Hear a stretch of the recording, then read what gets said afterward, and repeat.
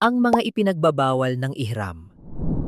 Kapag pumasok ang isang Muslim sa ihram para sa Hajj o Umrah, may mga bagay na ipinagbabawal sa kanya na tinatawag na mga ipinagbabawal ng ihram, mahzurat al-ihram. Siyam ang mga ito. Una, ang pag-alis o pagputol ng buhok mula sa alinmang bahagi ng katawan. Ikalawa, ang pagputol ng mga kuko. Ikatlo, ang pagkatakip ng ulo ng anumang sumasagi rito. Para sa lalaki, gaya ng takib o headdress. Tungkol namang sa babae, tinatakpan niya ang kanyang ulo, ngunit hindi niya tinatakpan ang kanyang mukha ng nikab ni nagsusuot ng guwantes. Ikaapat, ang pagsusuot ng tinahi at nakahugis na kasuotan para sa lalaki, gaya ng kamiseta, pantalon at medyas. Ikalima, ang paglalagay ng pabango sa katawan o sa kasuotan pagkatapos ng ihram. Ikaanim, ang pangangaso ng hayop sa lupa. Ikapito, ang pagtatali ng kasal. Ikawalo, ang pakikipagtalik na siyang pinakamatindi sa mga ipinagbabawal. Kung ito ay maganap bago ang unang paglabas sa ihram, pinawawalang bisa nito ang Hajj. Ikasiyam, ang pagniniig ng may pagnanasa na mababa pa sa pakikipagtalik. Ang kinakailangang pagbabayad puri, fidya, sa mga ipinagbabawal ng ihram.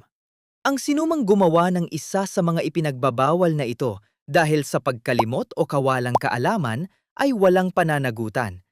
Ang sinumang gumawa nito dahil sa wastong dahilan gaya ng sakit o pinsala ay may utang na fidya na maaari niyang piliin sa pagitan ng tatlong opsyon.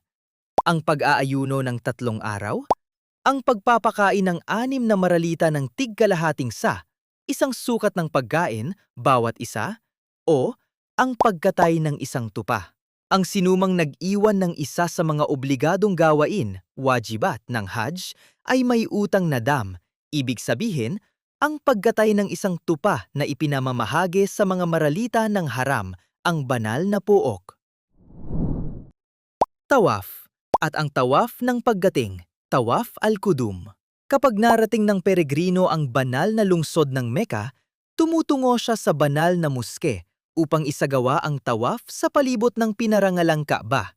Ang tawaf ay binubuo ng 7 ikot na nagsisimula sa itim na bato at nagtatapos dito, iniiwan ang Kaaba sa kanyang kaliwa. Inirerekomenda na hawakan at halikan ang itim na bato kung maaari. Kung hindi, itinuturo niya ito ng kanyang kamay. Suna sa unang 3 ikot na isagawa ang ramel na mabilis na paglalakad ng may maiikling hakbang para sa mga lalaki. Suna rin na isagawa ang ittiba na ang paglalantad ng kanang balikat sa panahon ng tawaf ng pagdating.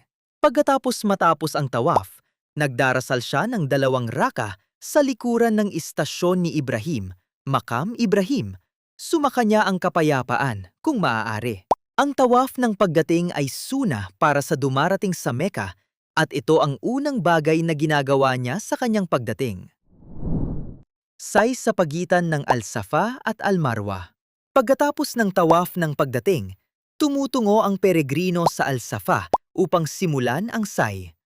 Ang say ay binubuo ng 7 ikot na nagsisimula sa Al-Safa at nagkatapos sa Al-Marwa. Ang pagtungo mula sa Al-Safa patungo sa Al-Marwa ay 1 ikot, at ang pagbalik mula sa Al-Marwa patungo sa Al-Safa ay 1 pa. Pagdating sa Al-Safa ay binibigkas niya. Tunay na ang Al-Safa at Al-Marwa ay kabilang sa mga sagisag ni Allah. Hinaharap niya ang kibla, dumaralangin kay Allah at nagsasabi ng takbir. Suna para sa lalaki na maglakad ng mabilis sa pagitan ng 2 berdeng marka. Pagkatapos matapos ang say, kung siya ay nagsasagawa ng tamatu, inaahit o pinaiikli niya ang kanyang buhok at lumalabas mula sa kanyang umrah na nananatiling malaya sa mga paghihigpit ng ihram hanggang sa araw ng tarwiyah.